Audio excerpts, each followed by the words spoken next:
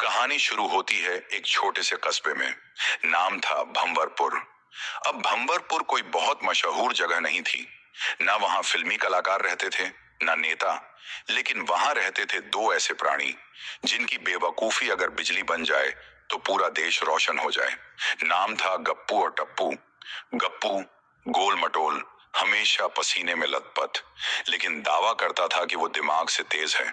टप्पू दुबला पतला, चालाक दिखने की कोशिश करता, पर दिमाग का ढक्कन ढीला था। ये दोनों जिगरी दोस्त थे और साथ में हमेशा कुछ ना कुछ उल्टा सीधा सोचते रहते।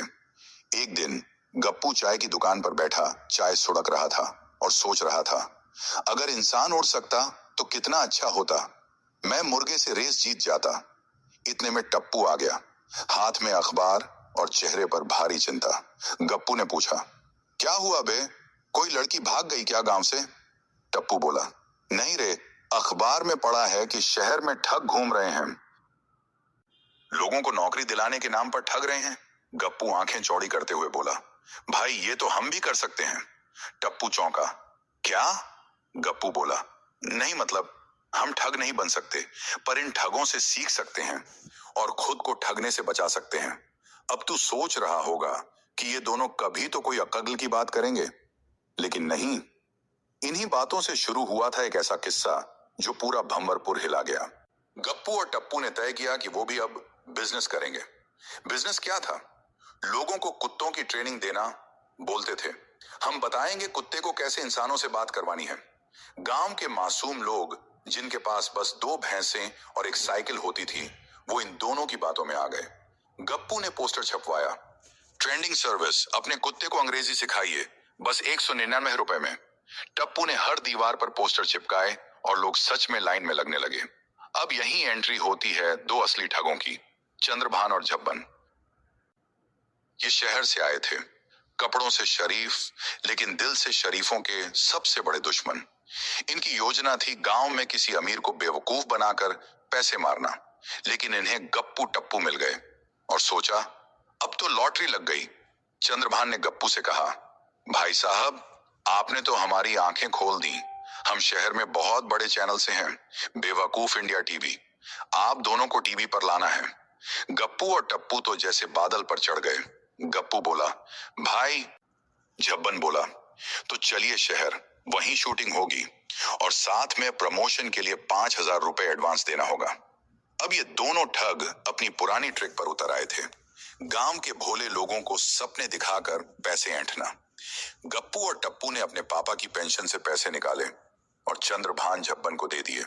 अगले दिन दोनों ठग ऐसे गायब हुए जैसे ठंड में धूप। अब शुरू हुई असली कहानी। गप्पू और टप्पू को एहसास हुआ कि उनके साथ ठगी हुई है। पहली बार इनकी आंखों में नमी थी और दिमाग में एक ही सवाल, हम इतने बेवकूफ कैसे हो गए? लेकिन गप्पू ने कहा, नहीं, अब नहीं, अब बदला लेंगे। सीन, खोज शुरू, गप्पू टप्पू की डिटेक्टिव।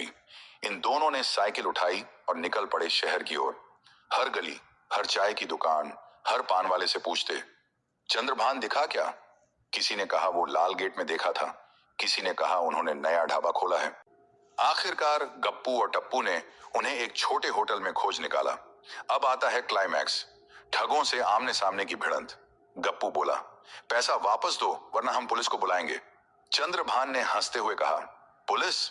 वो भी तुम जैसे भोले से? टप्पू ने जेब से कुछ निकाला, नहीं नहीं, हथियार नहीं, बल्कि एक वीडियो। हाँ, उन्होंने गांव में ठगों के बोलते वक्त का वीडियो बना लिया था। भाई, यही वीडियो वायरल कर देंगे, तुम सीधे जेल जाओगे। ठगों के होश उड़ गए।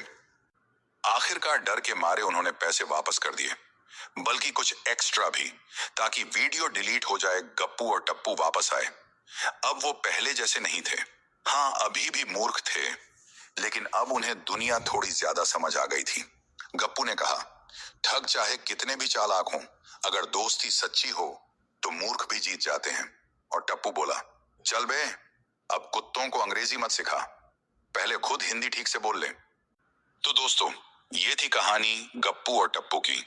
मूर्ख थे मगर दिल के साफ थे, और जब भी ठग मिले इन्होंने हंसी के साथ हर जाल से निकलने की राह ढूंढ ली।